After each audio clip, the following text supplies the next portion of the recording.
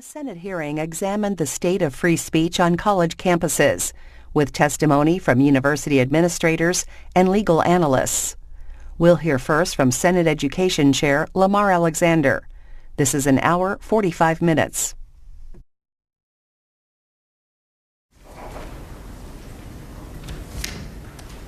Good morning. The Senate Committee on Health, Education, Labor, and Pensions will please come to order. Today we're holding a hearing on exploring free speech on college campuses. Senator Murray and I will each have an opening statement, and then we'll introduce the witnesses. We're looking forward to the witnesses. This is an exceptional panel. We look forward to learning from you, and we thank you for coming. After your testimony, we'll each have 5 minutes of questions. Before we get into the hearing, I want to make a comment about the recommendation that Senator Murray and I have made to the Senate, along with 22 other senators, equally divided Republicans and Democrats, for a short-term bipartisan agreement to reduce premiums and avoid chaos in the individual insurance market during 2018 and 2019. I'm very encouraged by what has happened since we introduced that a week ago, especially by the report of the Congressional Budget Office yesterday, which said in effect that as we believed, the Alexander Murray proposal, and which would continue cost-sharing payments for 2 years, 2018 and 19, would provide benefits to taxpayers and consumers and not to insurance companies. Senator Murray and I have spent a lot of time trying to think of the most effective language to make sure that would be true in our language. President Trump has said repeatedly he doesn't want to bail out insurance companies. We're convinced our language does not, and the Congressional Budget Office agrees. It says that on net, CBO and the Joint Taxation Committee estimate that implementing our legislation would reduce the debt by $3.8 billion over 2018 to 27, and they expect that insurers in almost all areas of the country would be required to issue some form of rebate to individuals and the federal government. In plain English, that means less taxpayer money for Affordable Care Act subsidies if we pass our legislation. CBO had said earlier that it will be a lot more taxpayer money for Obamacare subsidies if we don't pass it. In fact, they estimate $194 billion over 10 years in increased debt as a result of the higher subsidies. I think this is why more Republican and conservatives over the last week have indicated their support for continuing cost sharing. The chairman of the tax committees, Senator Hatch and Kevin Brady, both said that. Now, they added other provisions to their cost-sharing payments that are different than what Senator Murray and I agreed to, and if they can persuade Senator Murray and Democratic senators to do that, so much the better. But what that suggests to me is that there's growing support for that we need to do something. In addition to that, I've pointed out that almost every House Republican voted for continuing cost-sharing payments for 2 years when they voted earlier this year to repeal and replace Obamacare. So I thank Senator Murray for her leadership in this area. As usual, when she sets about to get a result, we usually get a result, and I think we will by the end of the year, something close to what we proposed. I think the 22 other senators, Democratic and Republican, who joined with us, and I ask consent to put into the record at this point the Congressional Budget Office report, since this committee spent so much time on this subject, devoting 4 full hearings to it and inviting all senators not on the committee to 4 other meetings.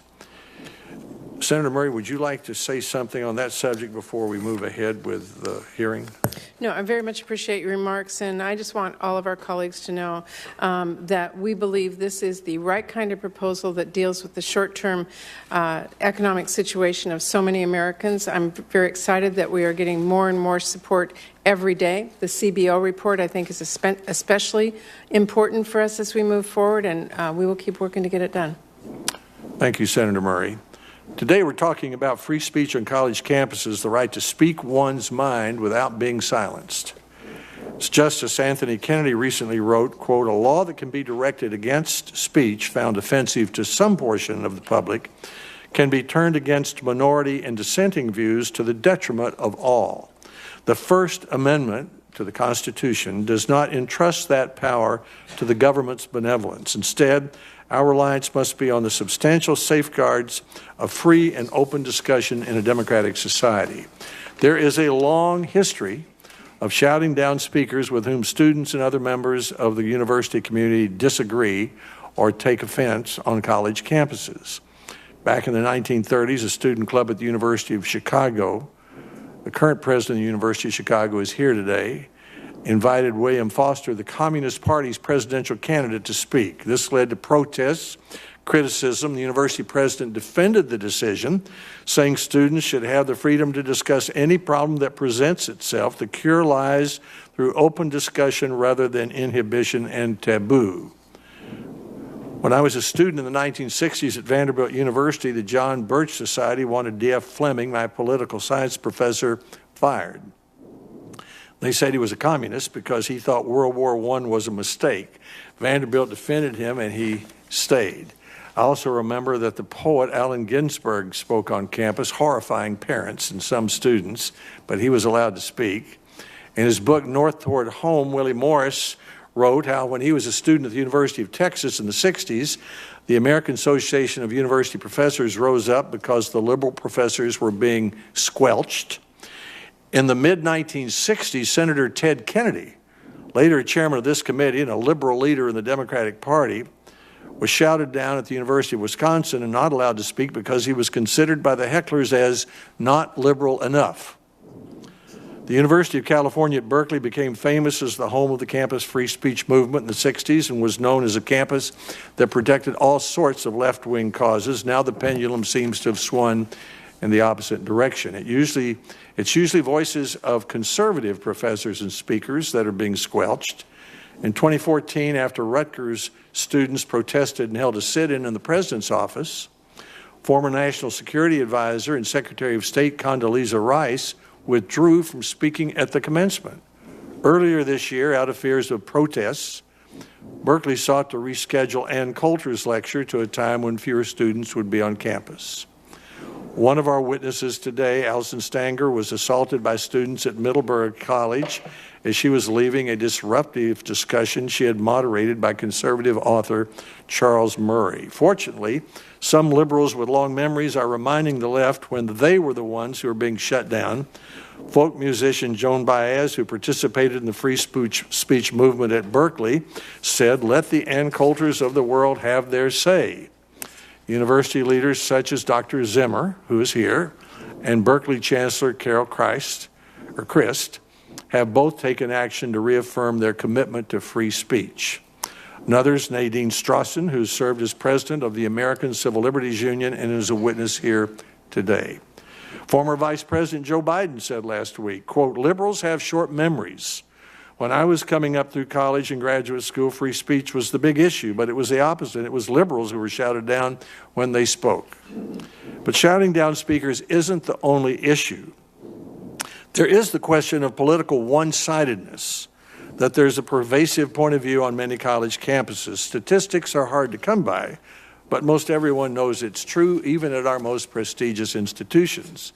A 2014 survey by the University of California, Los Angeles, on the ideological leanings of college faculty members found that the number of liberal professors compared with conservative professors was about 6-to-1. And in New England, the ratio was 28-to-1. There are not many registered Republicans in the town of Cambridge either. As of February this year, 3.7% of voters were registered as Republicans. When I was on the faculty at the Kennedy School of Government at Harvard, where I was for 2 years before I came here, we laughed that I was part of an affirmative action program for Republicans and conservatives. I'll have to give credit to Dean Joseph Nye, who actually made a significant effort to bring more conservatives and more Republicans to campuses. While I was there, I would tell conservative students they got the best education. Liberal students could be guilty of lazy thinking because they agreed with their professors, while conservative students learned to be on their toes. Some campuses and some departments have a conservative bent, but not many. This kind of one-sidedness can result in students feeling uncomfortable when confronted with new ideas. And then there's the question of the deliberately inflammatory speakers and the chaos that results when they show up. We saw that in Charlottesville. We saw it last week at the University of Florida, $600,000 spent on security, 1,000 law enforcement officials, the governor declaring a state of emergency. This is a problem in a country that prizes freedom, and a familiar one. If you're a university president, what do you do about it? How do university presidents respond to the speech and to the reaction to the speech? A recent survey by Brookings Institution found that nearly 20% of students believe it is acceptable to use physical force to silence a speaker who makes offensive and hurtful statements. What about a speaker who sets out just to be controversial? If you create an environment that results in tens or hundreds of thousands of dollars in security costs, a speaker who can't speak, and an audience who can't listen, that's not a very good result. We have a distinguished panel. We should listen to them and remember Senator Howard Baker's admonition that the other fellow might be right. Universities especially should be the place where people of different views may speak, audiences can listen, and many contrasting viewpoints are encouraged. There should be some sensible ways to allow that while still protecting freedoms guaranteed by the First Amendment. Senator Murray. Well, thank you very much, Chairman Alexander, and I want to thank all of our witnesses who are here today, and thank you for your commitment to protecting free speech on college campuses and elsewhere. You know, everyone in this room can agree that free speech is a cornerstone of our democracy. It is what allows us to disagree and debate political ideas without fear of retribution. It allows us to speak out if our government is acting in a dishonest or unethical or unlawful manner. It allows open and honest discussions of ideas, new and old. It's allowed civil rights leaders, including Dr. Martin Luther King Jr. and Dolores Huerta, to stand up and peacefully fight for what is right. So there is no real debate about whether or not there should be free speech on college campuses or anywhere else. I think that's something we can all agree on, despite some people trying to create straw men by saying that one side or another doesn't. But here's the issue that I think is worth discussing today. How can we protect this constitutional right while also making sure our colleges and universities are places where everyone can feel safe so they can learn and respectfully debate ideas? And as part of that conversation, we need to discuss how elected leaders and community members and college and university administrators can best exercise their First Amendment right to do everything in their power to push back against those who are driving an agenda of extremism or racism or bigotry or xenophobia and misogyny. And we must also speak out against groups and organizations that are looking to use their right to free speech to divide us, to attack the most vulnerable among us, and to feed on people's fear in the service of hate. This is a necessary and vital discussion for this committee and all of us to have. And while I believe there are a whole lot of people on campuses across the country who are doing great work on this front, recent events have made it clear we're not there yet. So here's where I want to start with what should be an obvious statement. I think we can all agree there is no place for violence on our college campuses. But unfortunately, in the last 10 months, we've seen more and more of this across the country. And when you look at who we have in the White House right now, the rhetoric that's being used, some of the people that have been hired, and some of the groups he has encouraged, it should come as no surprise when we see an apparent resurgence of hate and bigotry and xenophobia and misogyny on our campuses. What we have heard coming out of this White House has been shocking at times. But what has been even more disturbing has been how so many others, even those who opposed him previously, allowed that rhetoric and those attacks to be normalized. This normalization of attacks based on how a person worships or who they are or where they come from seems to have somehow emboldened extremist hate groups to now come out of the shadows. And with that, in some parts of the country, we've seen reports of a rise in hate crimes and violence, especially in our college campuses. For years, there's been a concerted effort to combat hate groups in the courts and in the hearts and minds of American people. As a result, those radical organizations had been steadily pushed to the margins of our society. But in 2015, they found a voice they could rally behind. And it's no secret that leadership in this country has made some disparaging public comments against Mexican Americans or women or Muslims.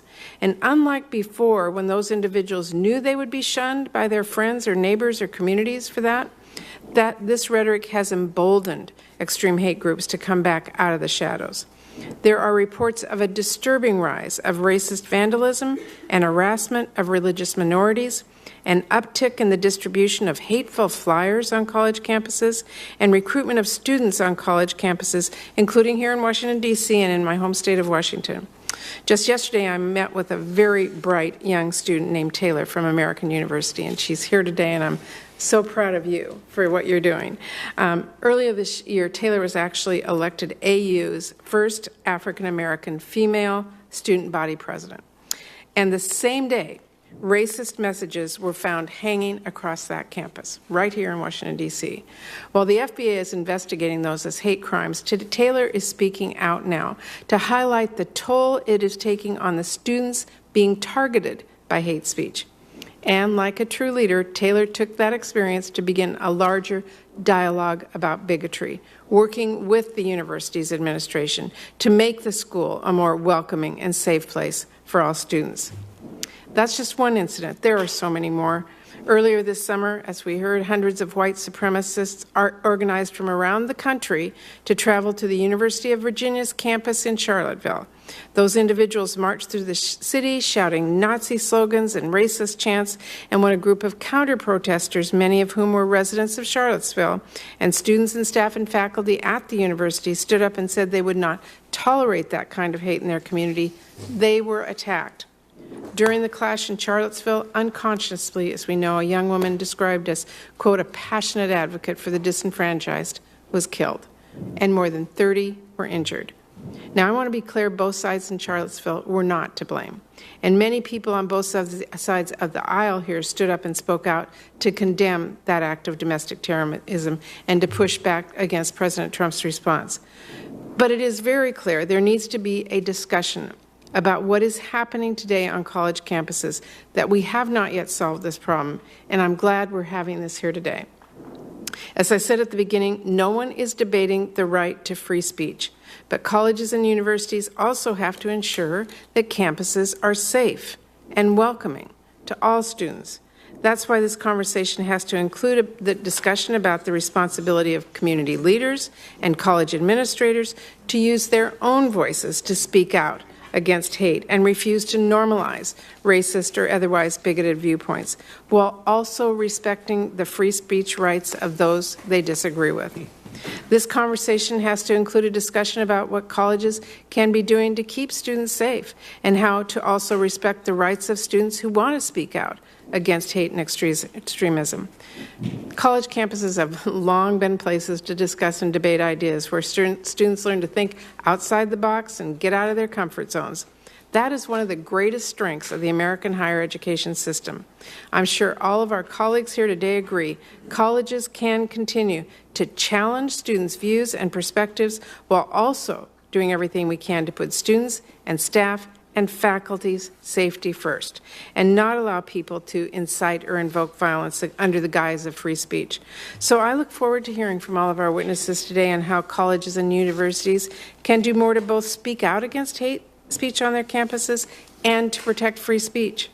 By beginning this conversation, we can start to once again push hate groups back into the margins of society, combat the resurgence of extreme ideology and the violence and hate speech that has been enabled.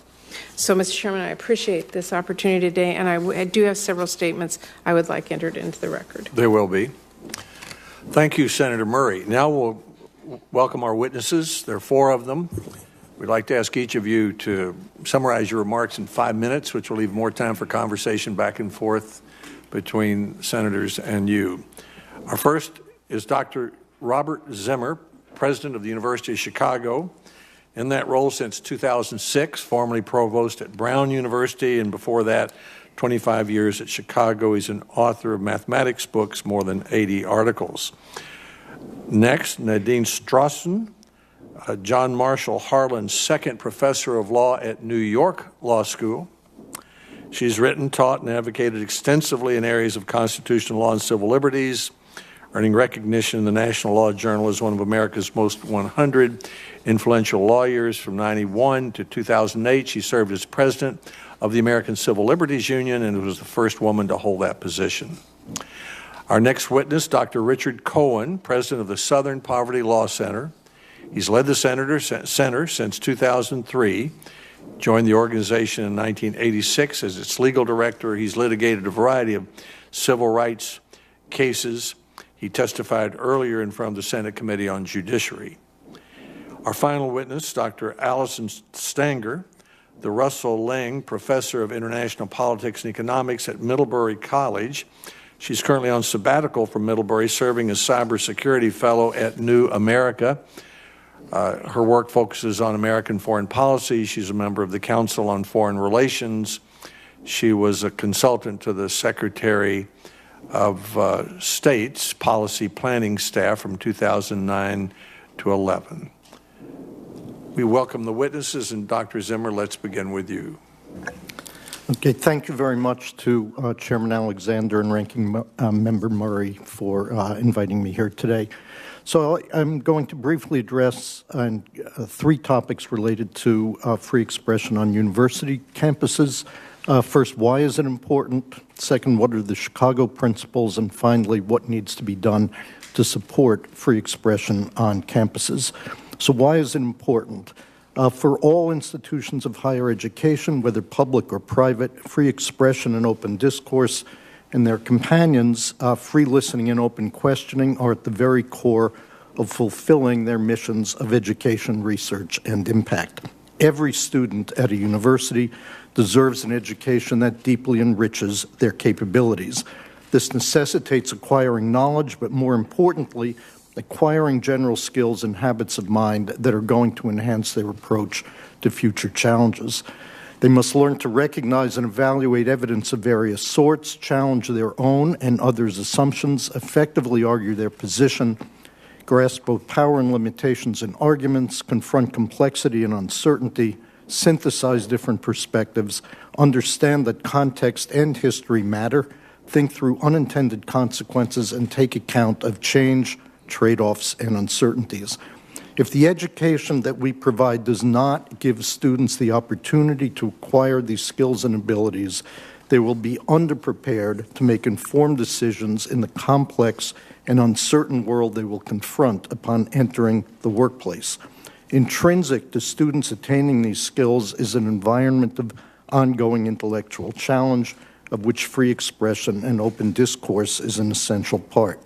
And likewise, for research at universities to be of the highest quality, unfettered investigation and a willingness to challenge assumptions and the free expression that goes with it is essential. To limit free expression is quite simply to limit the quality of education and the quality of research. This has important implications for our country. Nationwide, innovation is driven by faculty research and an inventive alumni body forged by a level of challenge that demands an environment of free expression. To be challenged is also why so many of the leading ambitious young people from around the world have come to the United States.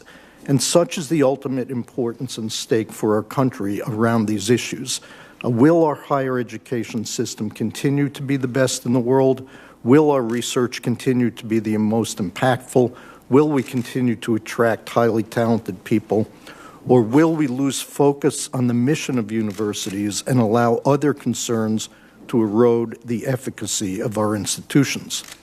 So what are the Chicago principles? Over the course of its history, as Senator Alexander has already alluded to, the University of Chicago has long stood for and embraced the values of free expression and open discourse. In July 2014, as campuses nationwide saw prominent speakers being disinvited, disruption and even violence attached to various speaking events, and support for free expression in universities eroding, I charged the faculty committee with providing a concrete statement that encapsulated our long-standing values. The resulting document is now known as the Chicago Principles, which can be summarized briefly as follows. First, an unwavering commitment to free expression and open discourse, allowing views to be expressed that may conform to no consensus and may be strongly opposed by any segment or even all of the university community. Second, the university recognizes, indeed embraces, non-disruptive protest as a legitimate means of free expression and supports the rights of all members of the university community to engage in such protest. And third, disruptive protest or other means of limiting the rights of others to engage in free expression, limiting listening and open discourse is not acceptable and is a violation of the university's commitment to free expression. So what needs to be done? The situation currently is very fluid. There have been a number of university and faculty leaders who have embraced the Chicago principles or otherwise made powerful statements in support of free expression. Most, however, have not.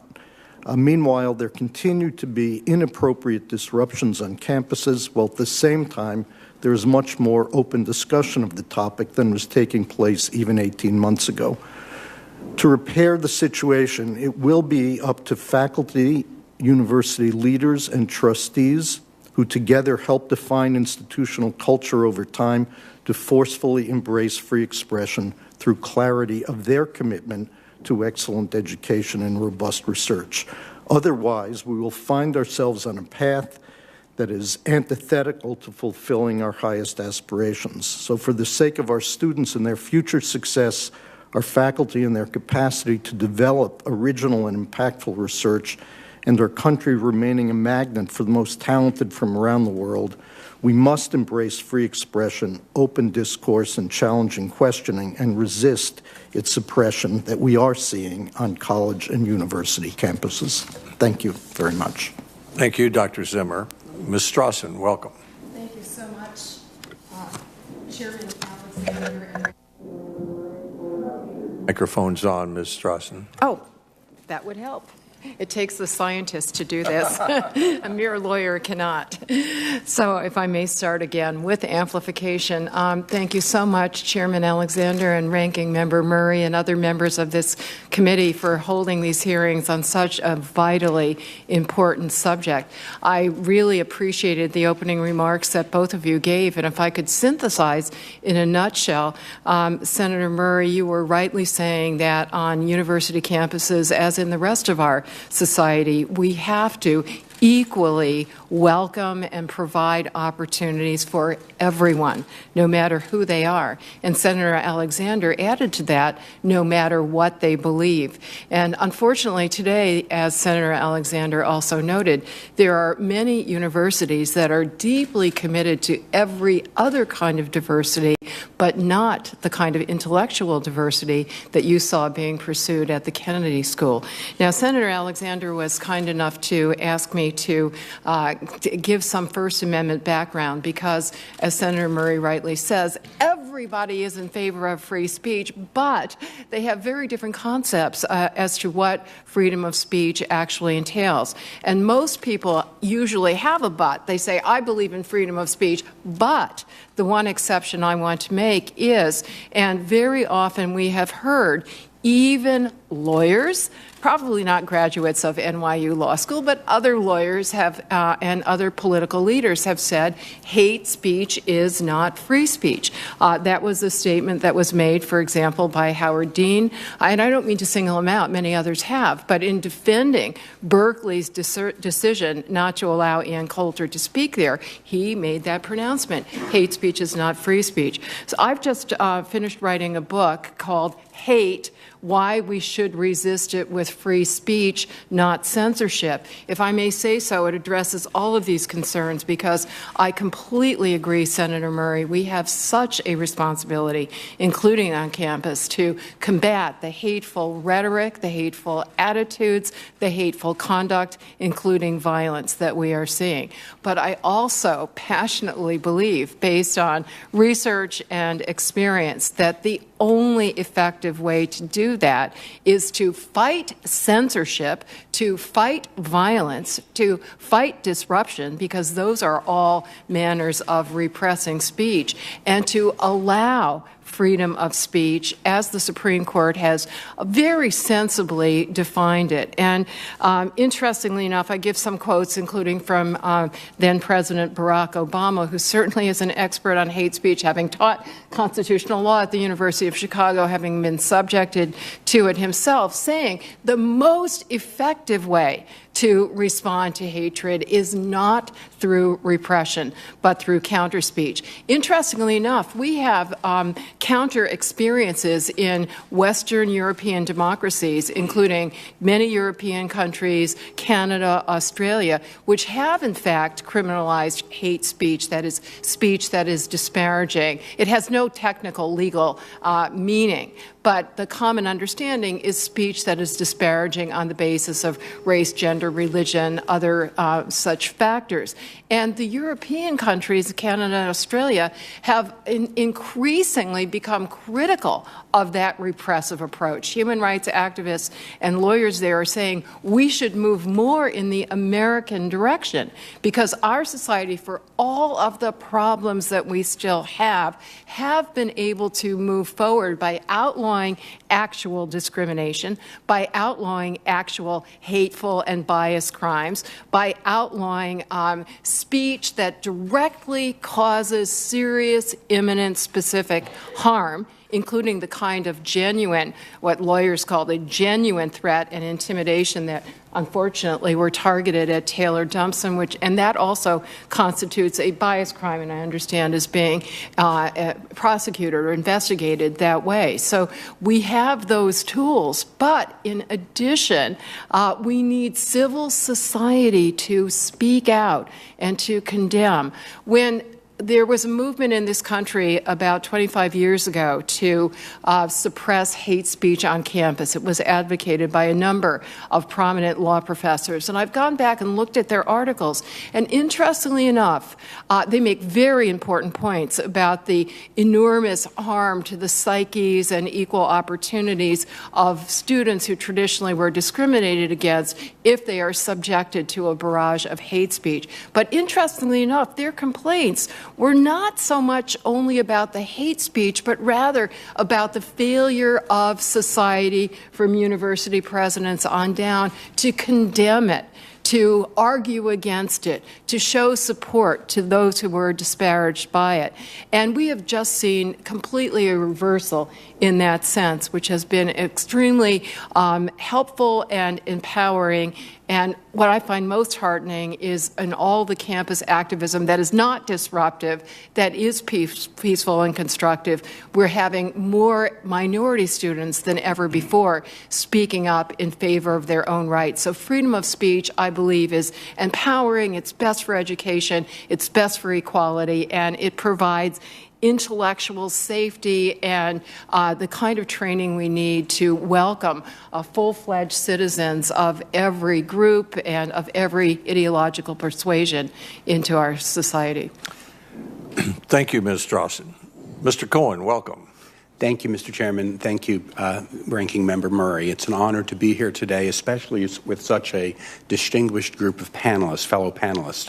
You know, after Charlottesville, this Congress recognized the growing prevalence of hate groups in this country, as Senator Murray pointed out. The current debate about free speech on college campuses is taking place against the backdrop of that growing prevalence, against the backdrop of a white nationalist movement that has been energized by Mr. Trump's rhetoric and that is targeting our colleges and universities. As Professor Stenger wrote in a New York Times piece after the incident in Murray at Middlebury, political life and discourse in the United States is at a boiling point, and nowhere is the reaction to that more heightened than on college campuses. Over 200 colleges have been targets of white supremacist, white nationalist recruitment in recent months. Prominent white nationalist figures have gone on college speaking tours. Their goal is to poke a stick in the eye of what they see as the bastions of liberal multiculturalism. They want to spark a backlash so they will ennoble themselves and be able to parade around as First Amendment martyrs. In the material that we distribute to schools, to students throughout the country, We urge students not to play into the hands of the Richard Spencers of the world. Instead of attending their speeches and giving them the spectacle that they seek, we counsel students to hold alternative events that express our deepest democratic values. If students choose to protest, we urge them to do so peacefully. Unfortunately, some students have other ideas and have shouted down speakers. In some cases, protests have turned violent as members of loose-knit coalitions of self-described anti-fascists have stormed college campuses. Obviously, some college students do not have a clear understanding of the First Amendment. Part of the problem is, as Professor Stanger pointed out in her article, that we have a crisis of civic education in our country, particularly in the K-12, at the K-12 level. Despite the challenges that universities and colleges face, I completely agree with Professors Strawson and Zimmer that they must uphold our First Amendment values. Just as students have a right to read what they want, they have a right to listen to whoever they want, however obnoxious and racist those speakers may be. When universities hold their facilities open to outsiders, racists have a right to rent them on the same terms as anyone else. We emphasize this point in the resources that we distribute across the country to campuses. We also emphasize that it's critical that the voices of college leadership be heard. College presidents need not be neutral. They can and should speak out in support of the First Amendment because it's among our most highest values and because the presence of racist speakers on campus presents a teachable moment. Just as importantly, college presidents should speak out in support of the values of the 14th Amendment, to distance their universities from racism, and to assure students who feel threatened that the university is committed to maintaining an inclusive environment. Indeed, every prominent person in public life, starting with the president, should speak out in support of these same values. Unfortunately, as Professor Stanger pointed out in her New York Times piece, the president has not always demonstrated fidelity to the First Amendment. He has suggested that the laws protecting speech and freedom of speech in the press, laws that have constitutional underpinnings, should be changed. He has encouraged his supporters at times to use violence against those who protest against him. The implicit message is the silencing of dissent. It is a message, according to Professor Stanger, that has not been lost on college students. In its post-Charlottesville joint resolution, Congress urged the president to speak out against hate groups that espouse racism, extremism, xenophobia, anti-Semitism, and white supremacy. Unfortunately, he has not done so consistently during his campaign or during his presidency. Indeed, the truth is that President Trump has energized the white nationalist movement that is now targeting our colleges and universities. For this reason, the president has a special responsibility to take the air out of the movement, a special responsibility to heed Congress's recent call to use all resources available to the administration to address the growing prevalence of hate groups in our country. Thank you, Mr. Chairman. Thank you, Mr. Cohen. Thank you for coming. Dr. Stanger, welcome. Thank you. Chairman Alexander, Ranking Member Murray, and distinguished members of the U.S. Senate Committee on Health, Education, Labor, and Pensions, it is an honor and privilege to share some thoughts with you here today. Last February, several of my students asked me to moderate a talk with the libertarian scholar Charles Murray. Dr. Murray was drowned out by students who never let him speak. We were forced to retreat to another location to live stream our conversation, and he and I were intimidated and physically assaulted while trying to leave campus. Why did this happen in the United States of America on a bucolic college campus in the Green Mountains of Vermont? I think there are three reasons. First, any liberal arts college campus is something of a bubble, but Middlebury College is in the state of Vermont, making it a bubble within a bubble. In that context, Charles Murray was a lightning rod that he might not otherwise have been. Second, a minority of Middlebury faculty cheered on the protests and did not encourage their students to read Charles Murray or listen to him first before drawing their own conclusions about his work or his character. Some faculty acknowledged publicly that they had not read a thing Charles Murray had written, but still knew everything they needed to know about him from what the Southern Poverty Law Center website had to say about him. Third, some students believed that shutting down speech was a means to social justice. Some Middlebury faculty shared that view, thereby encouraging radical action. We can and must do better. We need to teach students to think for themselves so that they are equipped for democratic citizenship and resisting peer pressure in their pursuit of self-knowledge, truth, and the good. Viewpoint diversity is thus an asset for any college or university. Nothing less than liberal education and the possibility of reasoned political debate is at stake in the debate over campus censorship. Universities exist to promote an arena in which ideas can be exchanged freely, not to render value judgments on the ideas themselves. Free expression is also the means to greater inclusion and diversity. Reducing groupthink in the academy is thus a necessary condition, in my view, for reducing it in the electorate. To quote the Chinese dissident Liu Xiaobo in his Nobel Peace Prize lecture, freedom of expression is the foundation of human rights, the source of humanity, and the mother of truth. To strangle freedom of speech is to trample on human rights, stifle humanity, and suppress truth. Our constitutional democracy will depend on whether Americans can relearn how to engage civilly with one another. Our national security also depends on it. America's enemies all seek to divide us. We must not allow them to do so. The challenge before all of us, therefore, is to channel our emotions into thinking about how we might better work together as Americans on what Lin-Manuel Miranda's Alexander Hamilton calls America, you great unfinished symphony. There is important work for Democrats and Republicans to do together. Let's get to it. Thank you for your attention, and I welcome your questions.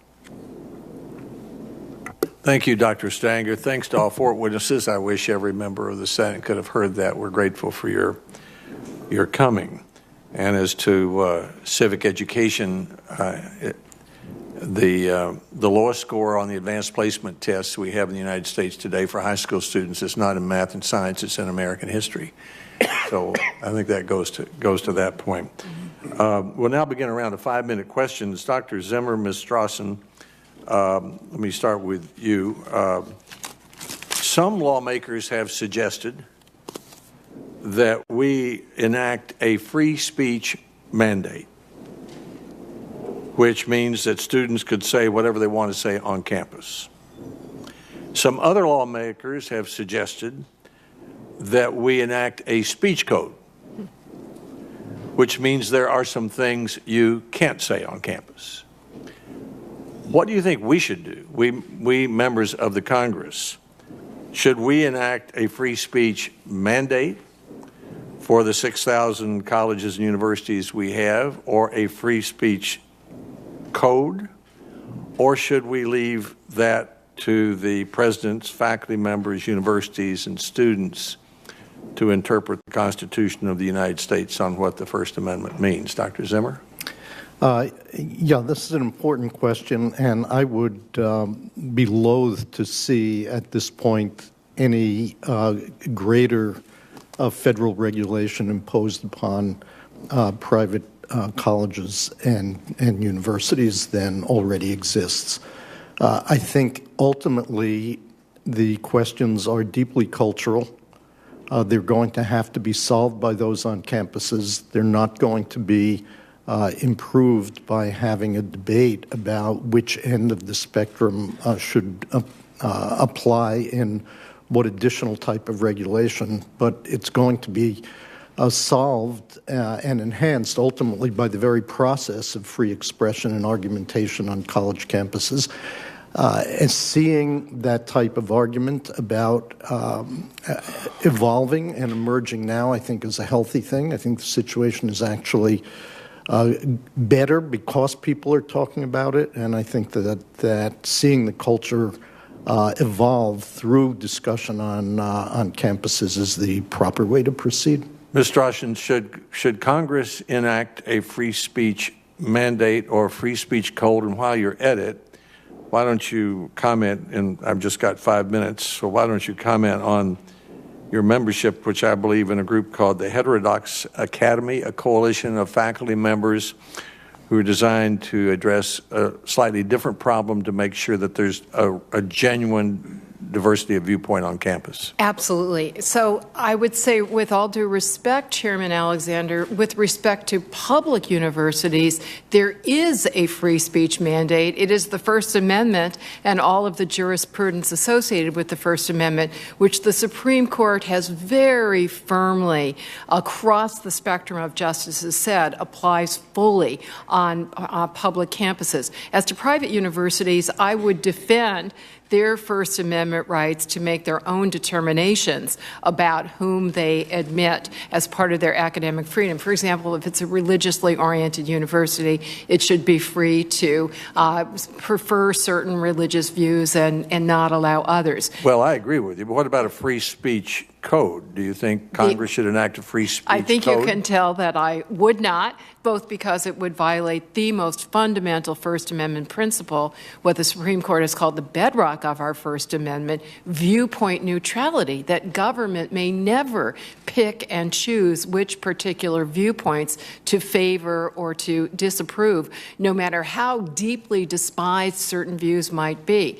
And that brings me to the other point, Chairman Alexander, and I agree here with President Zimmer that we will depend on education and the acculturation that comes through education to stimulate students' critical thinking and their respect for freedom of speech. I think, and this is part of the mission, central mission of Heterodox Academy, recognizing that that is going to happen only if students are exposed to multiple points of view, including views that they deeply despise, so that they can learn to effectively respond to it. I have 30 seconds. Do you want to add to that? Yes, I would just say that I agree with President Zimmer that it would be a bad idea for Congress to legislate in that fashion.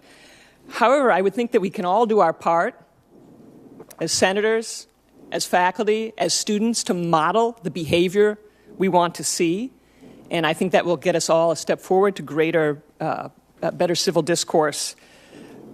Faculty can also support viewpoint diversity and realize its importance in education. Part of the reason I invited Charles Murray to campus is precisely because I wanted my own students to have the chance to interact with conservative thinkers like I did myself in the Harvard Government Department.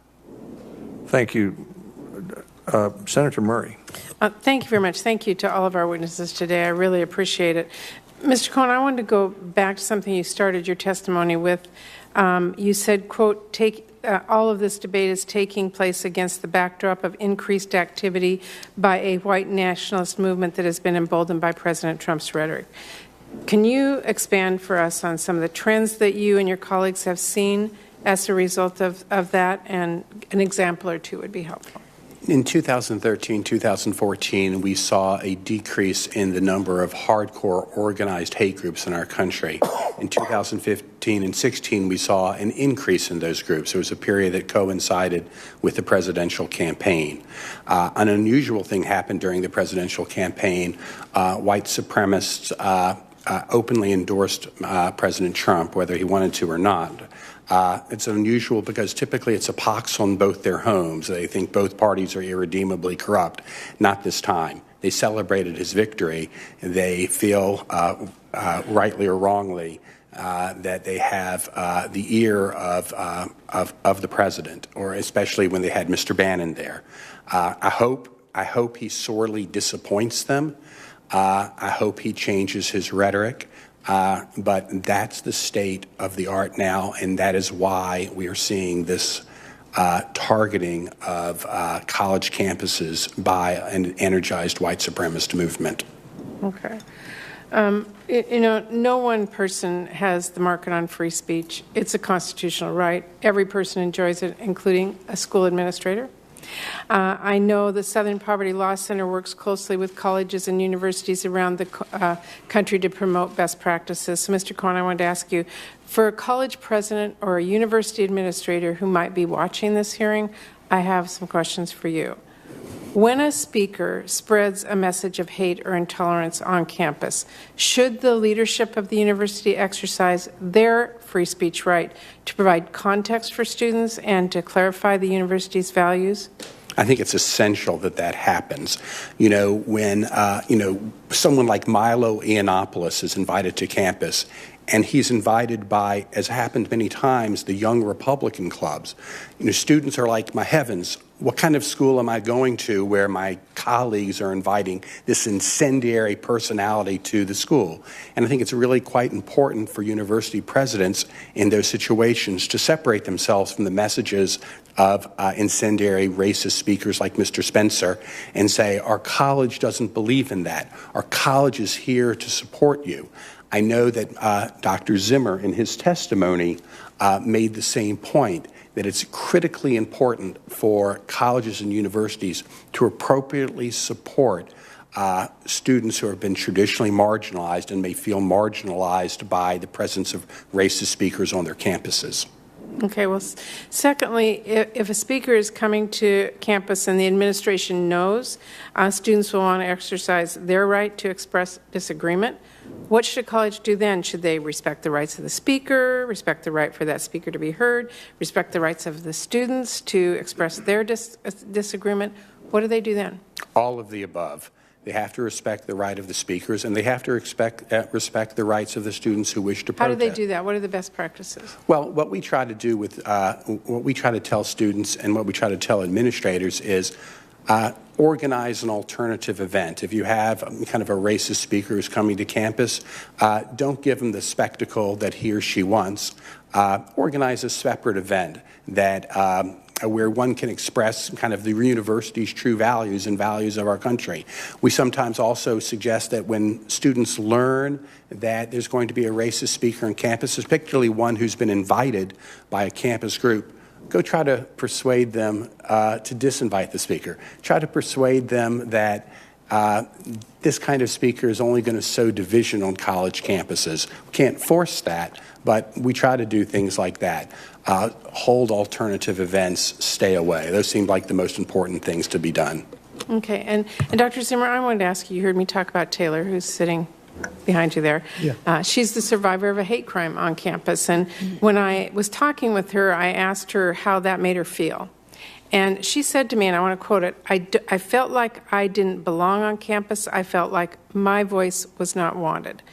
She's not alone. In August, we saw white supremacists descend on the University of Virginia, surely making a lot more students feel like Taylor did. And obviously, we need to protect free speech, but I want to know, what is a university's responsibility in this situation? You lead the University of Chicago. Yeah. What should universities do to be making sure that students, like Taylor and many others, feel like they belong and their voice is wanted? Yeah, this is the question of diversity and inclusion on university campuses is a profound one. It's exceedingly important not just to be reactive to a particular situation, but to take a long, sustained, and purposeful approach to inclusion of everybody who comes to campus, every student who's on campus, independent of their background, a sense of inclusion and indeed ownership of that environment. I think that this is something, for example, at the University of Chicago, we're certainly not alone in this, pay an enormous amount of attention to. There are many programs. They begin from the very beginning. I would say that we, like most universities, are still working on how to do this best. I would say places have developed good practices, but that there's still a lot of work to do here. And this cuts across a whole range of individuals who are minority sector for one reason or another. I mean, we have long lists of issues in our history connected to racism, to anti-Semitism, to misogyny, to homophobia, and so on. And all of these individuals at various times, because of various behaviors, both of universities themselves and of the people on campus, can be in a situation in which they are feeling excluded or not a full participant. And it's very important that universities work on this. I would say, in the context of the topic here, that when you say what does inclusion mean, what it should mean is inclusion in the best education that we can offer. That's why students are on campus. And so this tension that gets articulated between inclusion issues on one hand and free speech issues on the other hand, I think is honestly not the right line to draw. It conflates things that are different, and that what we want is to be including all students and helping them learn that the power of the education that they're going to have is going to be enhanced and defined by ongoing open challenge. Thank you, Senator Murray. Senator Young. Well, thank you, Chairman. Dr. Zimmer, former University of Chicago scholar and Nobel laureate Milton Friedman was once at one of his celebrated public forums, and he was fielding tough questions from the student audience, and one of the students asked him, shouldn't his fellow citizens be intelligent enough to know the difference between deceit and truth? And Milton Friedman unequivocally said no. They should be intelligent enough to know to choose among alternative purveyors of truth, which is really what I've heard here today. They can discern truth from falsity only if they hear a variety of opinions. And then he cited the USSR, which then, of course, still existed. He said, so many in the USSR are enormously skeptical of their government, but they only know one truth, or they don't know the truth. They're only exposed to one opinion, and that was by design in large measure. It was the objective of the USSR to stifle speech so that civil discourse, civil society couldn't flourish, and that helped the regime stay in power. And so to the extent that the habits of mind that you mentioned, things like the ability to challenge assumptions, synthesize different views, and account for uncertainties, are not developed by Americans, whether they're college students or don't happen to go to college, how does this undermine our national unity and handicap our collective capacity for self-government? Well, I think these skills are necessary for leadership, for example, in all sorts of human endeavor. I mean, is building human capacity to act thoughtfully, to discern the implications of potential actions, to not act simply, but to act in what is inevitably a complex environment and understand the various implications that will take place. So I think these are skills that apply to what I would say is a full range of human endeavor, and the extent to which we are, as a country, producing people who can approach this full range of human endeavor with these types of skills, we will flourish more. The extent to which we don't, we will flourish less. Ms. Strawson, in the interest of free expression, I'd like to ask for more than one opinion. So if you could kindly address that question. I absolutely agree that what we are talking about is vital not only for individual liberty, but also for education and for democracy, the anti-authoritarian values that you talked about, Senator Young. We, the people, are the governors. With all due respect, we elect folks like you to represent us, but you are accountable to us, you and other government officials. How can we hold you accountable unless we are able to express dissenting points of view? And how can we feel empowered to do that if we're going to universities where we are indoctrinated in a single point of view? So, what are the greatest barriers we face to developing these important habits of mind, the ability to differentiate, or in the best sense of the word, discriminate between different views and opinions and truths, if you will? Are they institutional in nature? Are they a result of a combination of confirmation bias and how we now receive our information? We live in a different era when we have access to more opinions than ever. But psychologically, so many of us are hardwired not to receive multiple perspectives and opinions. And in my remaining minute, would one of you like to take this question? If I could. Yes, sir.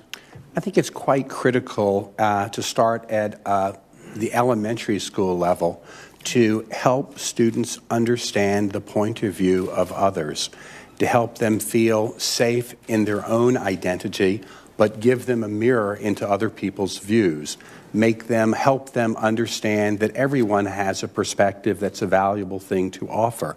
We're really, through our work in the education sphere, trying to help students become active citizens in the diverse democracy that we live in. And I think that's a responsibility of every grade, K through 12, because I think if that occurs, the kinds of problems that we have seen on college campuses will be diminished greatly. Thank you. Thank you. Thank you, Senator Young. Senator Bennett. Thank you, Mr. Chairman. I'd like to start by once again saying how much I appreciate your leadership and the ranking member's leadership on this health care bill, and my fervent hope that we'll actually move forward on it. I also want to thank you for an excellent panel today. This has really been fantastic. Like you, I wish the whole Senate could hear this. Dr. Zimmer, I had the good fortune for the first time to be at the University of Chicago 2 or 3 weeks ago, and I can tell you your students were excellent. The questions that they asked, basically at a town hall there, were phenomenal, and I also came away with the strong sense that I could never be admitted there. Thomas Jefferson wrote during the Constitutional Convention, of course he wasn't there, he was in Paris at the time, he wrote, "The basis of our governments being the opinion of the people, the first object should be to keep that right. And were it left to me to decide whether we should have a government without newspapers or newspapers without a government, I should not hesitate for a moment to prefer the latter." In his second inaugural address, he said that the artillery of the press, he described it, had been leveled against him, but in the end, the answer to that was more speech, not less speech. Today, we have a president who every day, day after day, attacks the free press in America, calls the leading journalists in America fake news, attacks edited content, attacks curated content in favor of opinions that are rendered on the internet, that are not edited content, that are not curated content. And I wonder, Dr. Zimmer, if I could start with you, what the University of Chicago is doing to ensure that your students can distinguish between what is edited content and the importance of that, and what is someone's opinion on the internet. Well, our entire education is in fact built around the question of argumentation, so that nothing is left simply as a statement. In fact, somebody asked and said to me the other day, they characterized the University of Chicago as a place where you say, good morning, and somebody asks you for evidence of that. I love that. I very much had that sense while I was there.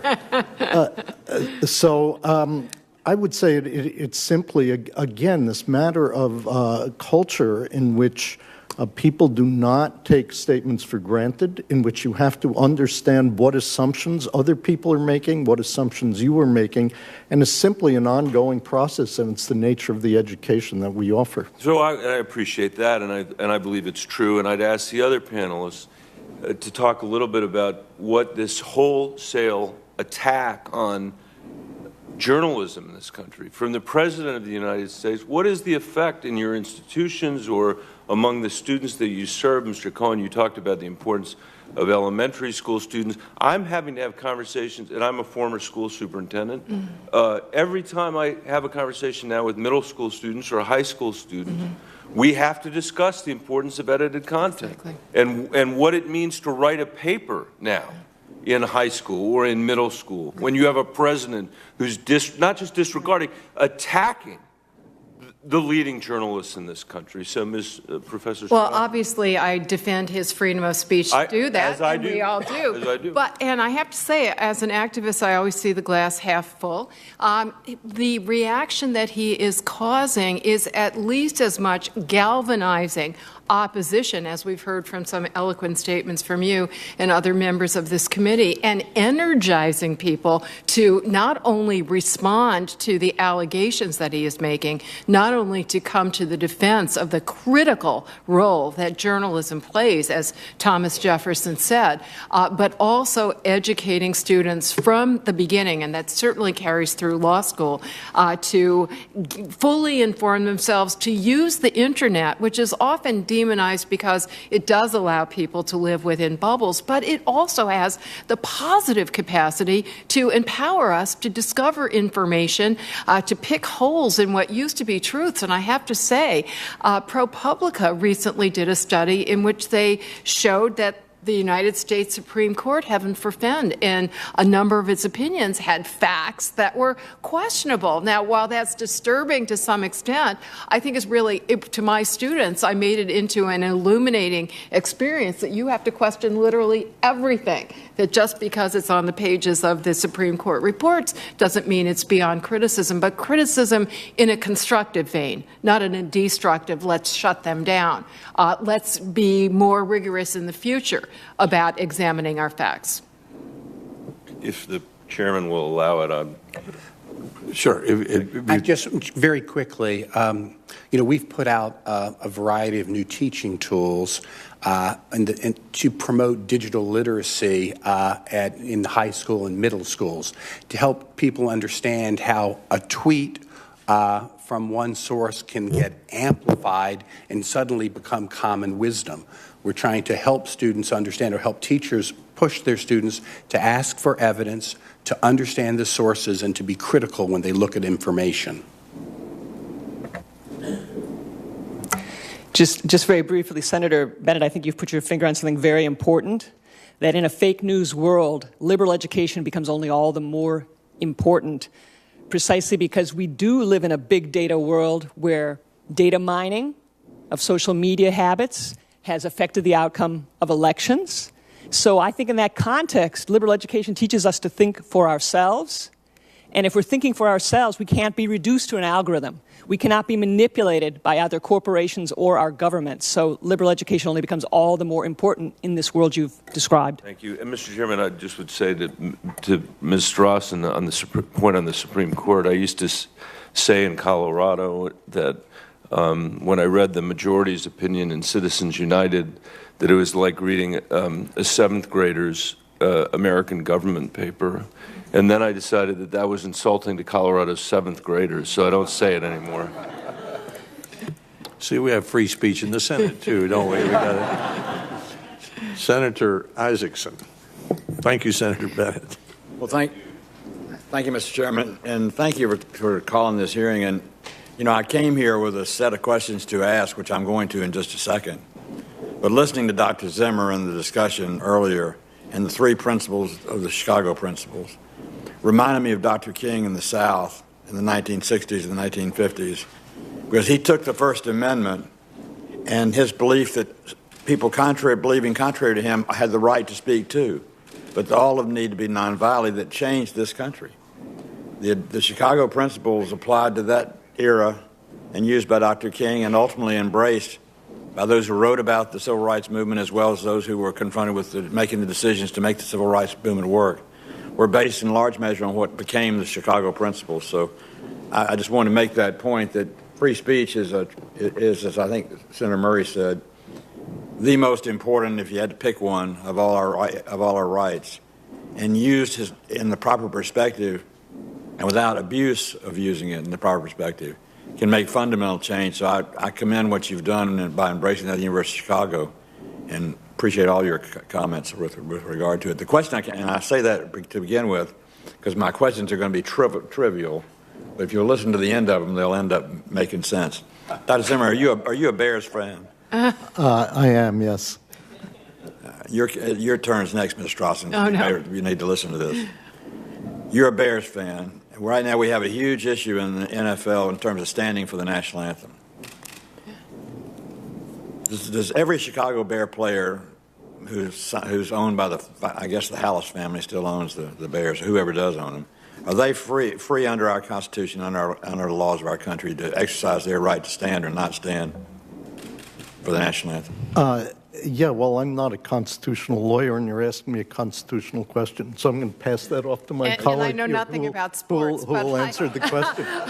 But I do know about the First Amendment, and the First Amendment only binds the government, as I'm sure Senator Isaacson knows, so that you do not have First Amendment rights vis-a-vis a sports team, which is not the government. However, I'm not a labor lawyer, and I understand there are some labor laws that might, in fact, provide protection. Now, if this were a government matter, so you did have President Trump threatening to impose some kind of sanctions on those football players or other sports players, that would be government abridgment of free speech if he's throwing around the power of the presidency. But unless there's a statutory protection, their league owners could, in fact, control their on-the-job behavior. But I will just say that if this was the University of Chicago football team and players wanted to express their views one way or another like that, they would be free to do so. But again, it's not a constitutional... I appreciate your volunteering this, so I'll ask you this. University of Chicago is a private institution, is that correct? Not a public? That's correct. So as a private institution, you would exercise it that way. What about as a public institution? Well, again, as a public institution, I would seek counsel from my general counsel on what our constraints are. On a public institution, that would absolutely be protected speech. As Thomas Jefferson said, dissent is the highest form of patriotism. So I happen to believe not only that is constitutionally protected, but that it's actually consistent with our nation's other values. Well, you rallied my call. Am I allowed to just jump in, or how does one get a word? I'm not a lawyer, but I just did want to add something to this discussion as a historian or knowing something about the civil rights movement. And it's always puzzled me about this debate we're having about the NFL, that people don't recognize that taking a knee is a sign of respect, not disrespect. And so I think that's very important to keep in mind when we view the actions of those players. But we would defend it even if it were disrespectful. That's taking it to the next level, but yes. A public institution. Yes. Correct. Well, that answer was very, very helpful, and I appreciate it. I've enjoyed the panel immensely. Thank you for what you've done. I yield back, Mr. Chairman. Thanks, Senator Isaacson. Senator Hassan. Thank you, Mr. Chair and Ranking Member Murray. And I, too, want to add my thanks to both of you for the work on the bipartisan health care bill and continue to be committed to working on it with all of you. And to our panelists, thank you for being here this morning and for this very important discussion. You know, I come from a state that has a long tradition of very vigorous political discourse, first in the nation primary and a citizen legislature of 424 members. And if you ever hung out with the New Hampshire legislature, you would hear a range of views that can be quite extraordinary. One of the things we also do well in New Hampshire is try to moderate and facilitate discussions of opposing views. The University of New Hampshire's Carsey School of Public Policy is home to a program called New Hampshire Listens, which is a civic engagement program and really tries to take some of our most difficult issues and foster civic dialogue. So I would hold that out as an important example of a best practice in a public university system. But I wanted to direct my question mostly today, Mr. Cohen, to you. In your testimony, you note that the First Amendment is a bedrock principle of our diverse democracy, and I couldn't agree more. You also lay out much of the judge-made law around the First Amendment that protects speech on college campuses, and you make clear that the law strongly protects controversial speakers, as I believe we all agree it should. But courts have also recognized that the First Amendment has important constraints. The classic example we all know is that you can't shout fire in a crowded building. A federal lawsuit recently filed in Virginia alleges that Richard Spencer and others conspired to incite violence in Charlottesville at the so-called Unite the Right rally. According to the complaint, these co-conspirators told each other to come to Charlottesville to, quote, conquer the street and, quote, defend civilization from the Jew and his dark-skinned allies, quote.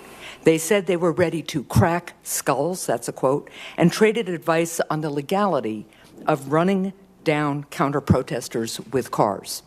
And we all know a car later drove into a crowd of counter-protesters, killing a young woman, Heather Heyer, and injuring dozens of others. The lawsuit states that many organizers and rally-goers celebrated this death as, quote, more than justified, close quote, and one predicted, quote, a lot more people are going to die before we're done here, close quote. And just last week, one of the white supremacists in the Charlottesville, one who described Heyer's death as justified, was arrested and charged with attempted murder for his role in a shooting at the University of Florida after the speech by Richard Spencer. He and two other Spencer supporters taunted a small group of counter-protesters waiting at a bus stop with Nazi salutes and Hitler chants. After yelling, quote, I'm going to kill them, quote, one of Spencer's supporters fired a shot at the counter-protesters. Thankfully, no one was killed at the event, but obviously it could have happened.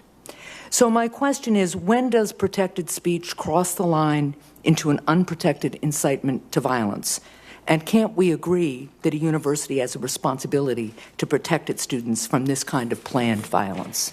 You know, the situation that you described, that's described in the lawsuit, you know, tells you something about the atmosphere on a number of college campuses. I think I've read the complaint in that particular lawsuit. I think it will be difficult, perhaps, to prove some of the allegations, to be honest. Clearly, incitement has a very precise legal meaning under the Constitution. Incitement to imminent lawless activity. There could be evidence of that. Merely, you know, talk bravado in advance. Right. Probably not enough.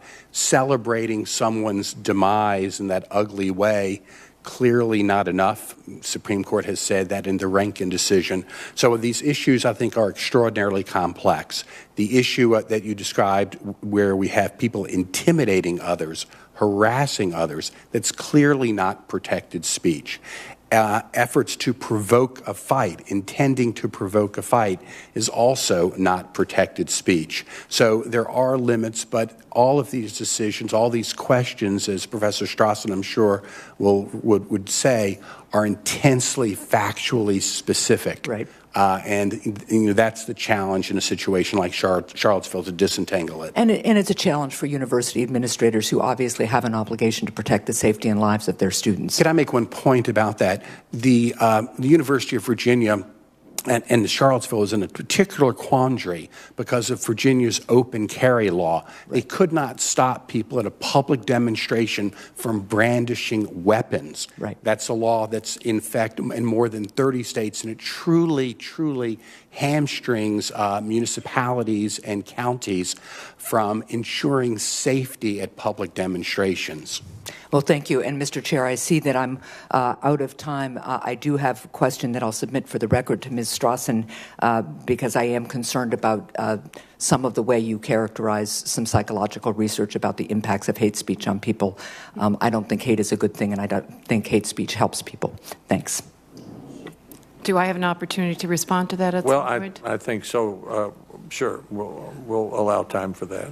Oh, okay. So as you know, Senator Hassan, I was quoting respected social psychologists and also political activists, starting with former President Barack Obama and continuing with somebody who's very respected by college students, Van Jones, who was speaking, in fact, at the University of Chicago. And from their different expertise and different perspectives and experience, they concur that given the sad reality that Senator Murray started talking about, the prevalence of hateful attitudes and speech and conduct, it is disempowering to these students to shelter them and shield them because it is going to undermine their resilience and their ability to effectively respond. I think we all agree that we're looking in the long run for how are they going to be most effective in a world where hate is a reality and hate groups are a reality. And Mr. Chair, and I see other witnesses want to respond. I do know I'm out of time. I would suggest to you that telling people who are the victims of hate speech or who might have been traumatized by the combination in their past of hate speech and physical violence, how they should feel and whether it empowers them is inappropriate. And there's a lot of research that you didn't cite that indicates exactly the opposite of what you did. So again, I know we're out of time, but I just think that people are their own best judges of whether this is appropriate. And that's exactly why every person that I cited is a minority person who is speaking from an experience of having been subjected to hate speech. Let's thank you, Senator Hassan. Senator Warren. Thank you, Mr. Chairman, and thank you for holding this hearing today, you and Ranking Member Murray. I appreciate your doing this. I think we all agree that free speech is not some kind of left versus right issue. It doesn't work that way. So I want to see if I can ask a question from a little bit different perspective. Mr. Cohen, you run the Southern Poverty Law Center, which tracks American hate groups and extremists. And one of those extremists is Charles Murray. We've talked a little about him this morning. You know, a man who wears a fancy suit and peddles racist junk science about how white men are, biologically speaking, intellectually superior to everyone else. Am I correct that you vehemently disagree with his views? Completely, Senator. Good, me too. And as someone who worked as an academic researcher for decades, I think that spouting fake science is extremely corrosive to public policy and should be called out in public at every possible opportunity. So, we got that much. Let's go to the next part. Mr. Cohen, do you believe that powerful institutions of higher learning should ban people like Charles Murray from speaking in public if those institutions or their students or you or I don't like what those speakers have to say? Just as simply, absolutely not, Senator. And why not? Well, look, we make progress as a country by having ideas tested, by having critical thought applied to ideas that are expressed in every realm of life. The Supreme Court has recognized the importance of robust debate. It's a bedrock principle of our country, and we would be much worse off if university presidents, students, or anyone could censor the speech of others simply because they disagree. You know, I agree with you, and in fact, I think it's dangerous to suppress speech. First, suppression can backfire. Instead of shutting up individuals with disgusting views, it becomes a launching pad to national attention. Bigots and white supremacists can make themselves out to be First Amendment martyrs. Absolutely. And grow their audiences. And second, suppression suggests weakness. It makes us sound afraid, like we're afraid that we can't defeat evil ideas with good ideas. And I just don't believe that's true. I believe in free speech, but let's be clear. Free speech doesn't mean the speaker is entitled to an audience. Free speech is not about shutting up or remaining silent while someone demeans women or demeans people of color or anybody else. Students can critique, they can make their voices heard, and they can be very powerful when they do. Free speech means more speech. So, Professor Stanger, you moderated an event with Mr. Murray at Middlebury College where you teach. You were physically attacked. Would you agree with me that acts of violence are not protected by the First Amendment? I absolutely would agree with you, Senator Warren, on that point, but I would disagree with you respectfully on your characterization of Charles Murray's work, and maybe I might say a little bit about the Middlebury context, which would illuminate some things for us here today. Charles Murray was invited by a student group to speak on campus, and then the political science department co-sponsored the talk. We did so because we're almost all Democrats, and we thought it was important for our students to engage with views that are influential in the Republican Party. What proceeded to happen was that another department on Middlebury's campus, sociology and anthropology, sought to censor the political science department. Now, in my view, this is solved very simply by a Treaty of Westphalia between departments. I mean, if one department thinks something's worth... Let me just say, Dr. Stanger, I appreciate this, but in a limited amount of time, getting into interdepartmental rivalries from the academic world. Sure, but let me just... I would actually prefer to spend our time on the Middle East because it will be easier to solve. This is true, but just may I make one more point there that's important? I think this is important. I'll give you... Please. I'll give you time, Senator Warren. Is that okay? It'll take 10 seconds. Senator Warren ran for the Senate in order to escape interdepartmental rivalry. I understand that sentiment completely, Senator Warren. I wanted to come to a place that was more collegial. That's right. So you should have time to... Senator Warren, I'll give you some extra time to finish your discussion. The point I just wanted to add that's relevant to this is that no faculty member, to my view, would ever agree for their department to co-sponsor a talk by Richard Spencer. So we're really talking about apples and oranges here, and there's a public-private distinction here that needs to be made. At these public universities, I think we're seeing these provocateurs seeking to set up talks that don't really have faculty sponsorship. So let the faculty lead, and I think we'll go in the right direction. So let me just see if I can pull this back, though, to the point about what happens with free speech, whether it gets any special protection.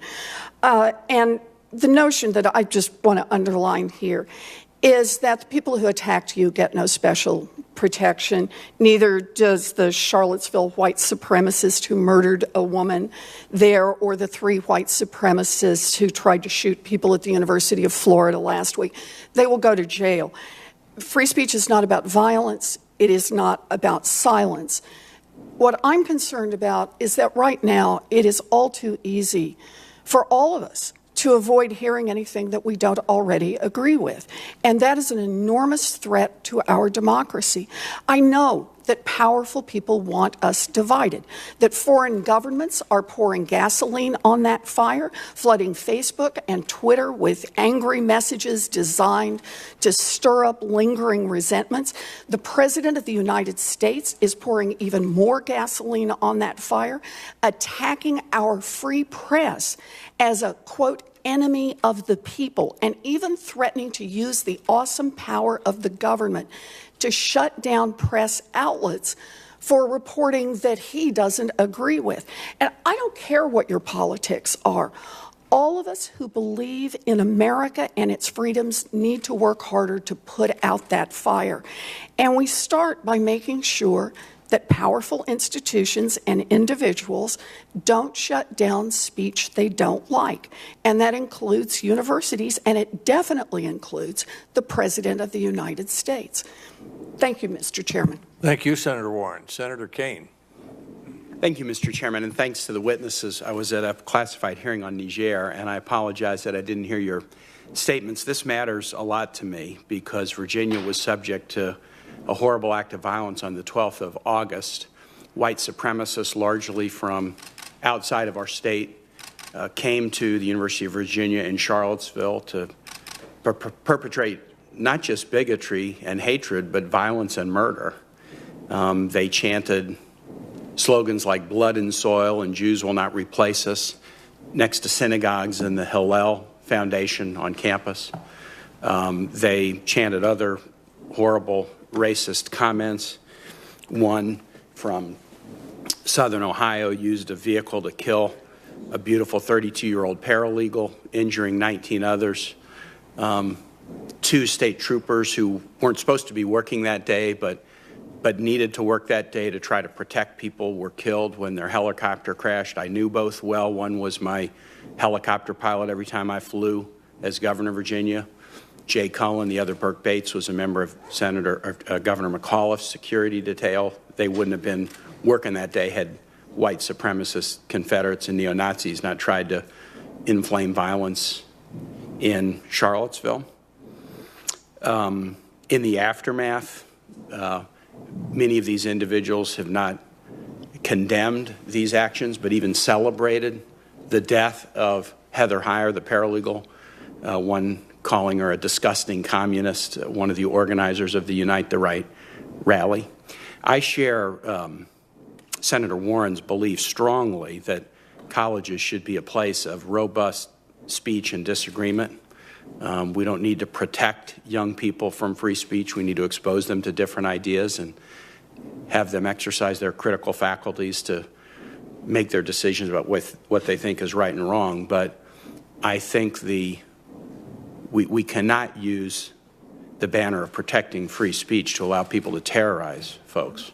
I want to put in the record, if I can, Mr. Chair, a sermon that was delivered by a friend of mine, Jake Rubin, who is the Hillel minister at UVA. He's a rabbi, and for the Holy Days commemoration this year, he delivered a sermon about the anti-Semitism and the violence that was on display and the connection between Jews and their experience of anti-Semitism and other minorities who were targeted. I have another friend in Charlottesville whose daughter was struck in the face by a white supremacist wearing a leaded glove and was injured pretty badly. He has been arrested and has been extradited from Indiana back to Charlottesville to face criminal charges, as should be the case. I'm sure you got asked this question, but I know trying to draw a line between protecting free speech, but then universities, and I know we have the President of the University of Chicago, I think they have a significant responsibility to protect their campuses from violence. And when individuals are coming in who either intentionally or there's a reasonable probability that their activities could lead to violence, could lead to people being terrorized, I think universities need to take action to try to protect their communities, not from the speech, but from violence that can naturally occur from these. And I wonder what your thoughts are about whether the costs of that protection have to be borne by students and taxpayers or whether they have to be borne by those who would try to come to campuses and foment that kind of activity. So that would be a question for anyone.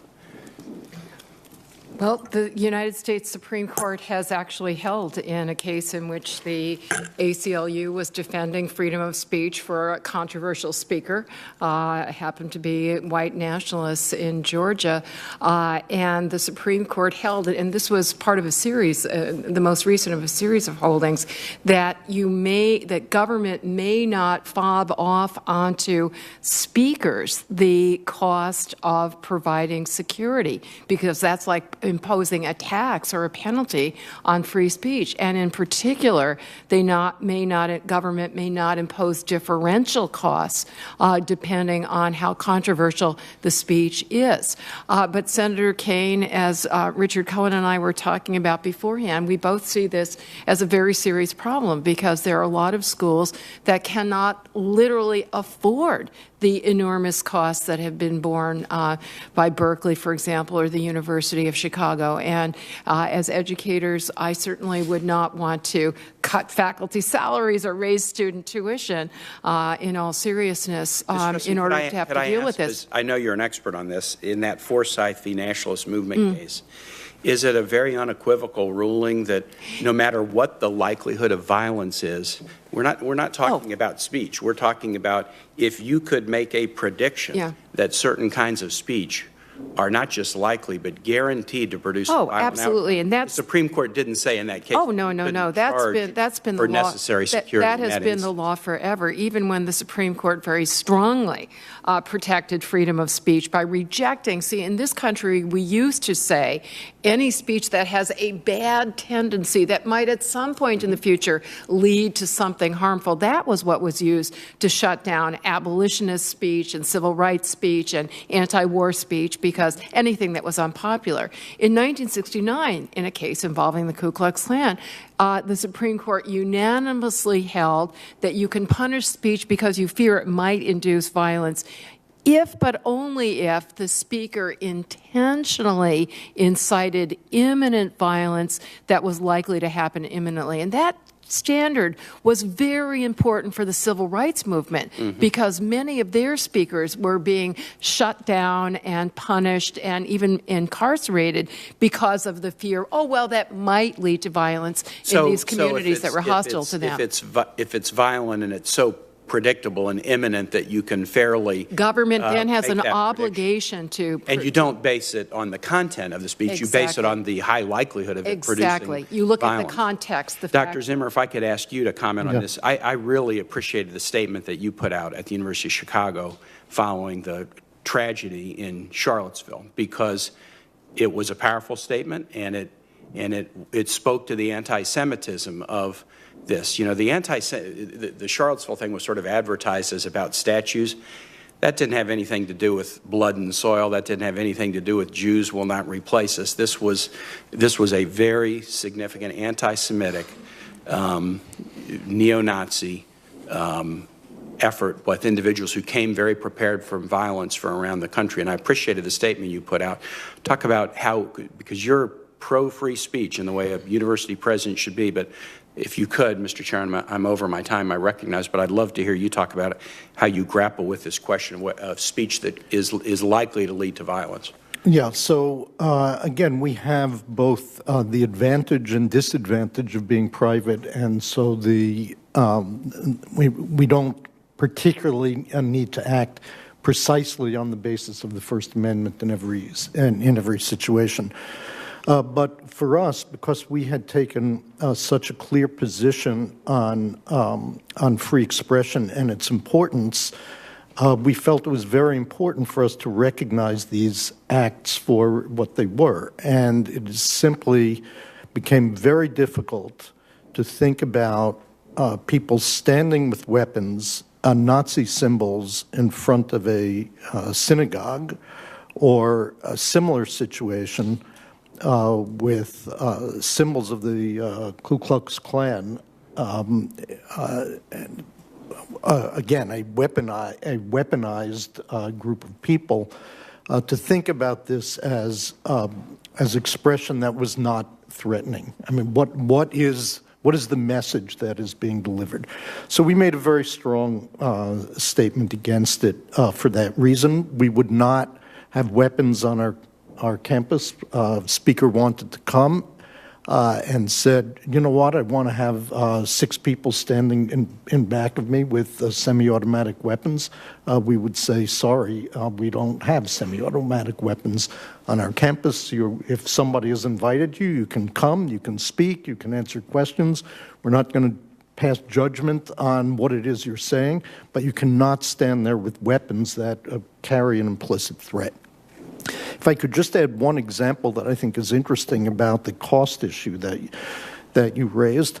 After the Charlie Hebdo incident in France, a woman from Charlie Hebdo made her first speaking appearance at the University of Chicago. And the security concerns, for obvious reasons, were extremely high. And so that was an example that, in fact, where we made a conscious decision, it was too important for this person who had been invited by a student group to be able to speak. And again, we paid the costs of those of that security.